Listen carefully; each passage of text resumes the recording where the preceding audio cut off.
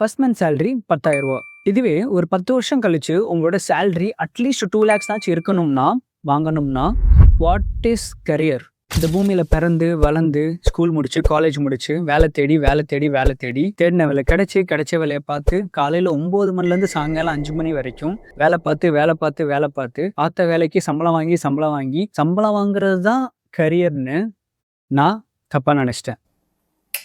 Career அப்படிங்கிறது just வேலைக்கு join பண்ணி சம்பளம் வாங்குறது கிடையாது. அது ஒரு பாத், அது ஒரு கோல், அது ஒரு growth, அது ஒரு ஐடென்டிட்டி. சின்ன வயசுல படிச்சு நீ என்ன ஆக போற அப்படின்ட்டு நம்ம கிட்ட யாராச்சும் கேள்வி கேட்டா டாக்டர் ஆவேன், இன்ஜினியர் ஆவேன், ஐஏஎஸ் கலெக்டர் ஆவேன், கிரிக்கெட்டர் ஆவேன், இந்த ஆன்சர் தான் நம்ம எல்லாரும் சொல்லியிருப்போம். இஃப் நீங்க 90s கிட்ஸ்னா இதுதான் ஆன்சராகவே இருக்கும்.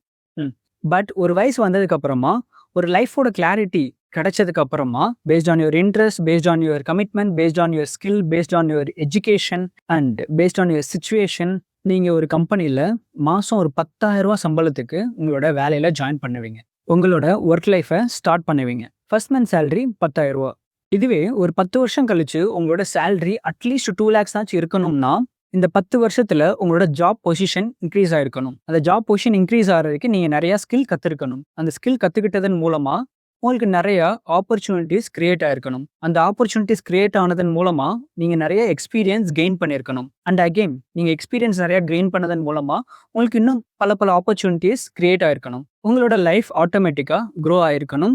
அண்ட் ஆட்டோமேட்டிக்கா நீங்க நிறைய சம்பாரிச்சிருக்கணும். You become a master in your field, you become a identity in your work, you become a go-to person in your field.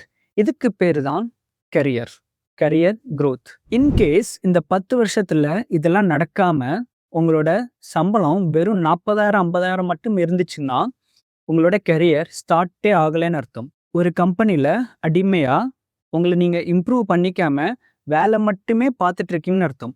அடிமையா. So go decide your career, find your career and start your career and start focusing on your career. Thank you.